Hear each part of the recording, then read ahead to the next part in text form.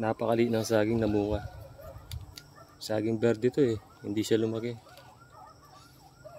Ganyan talaga pagka hindi naaarawan. Hindi lalaki yung mga puno at bunga.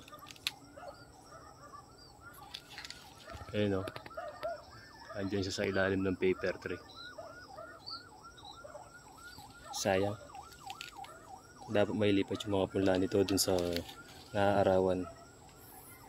Hindi siya nakakakain pag walang araw.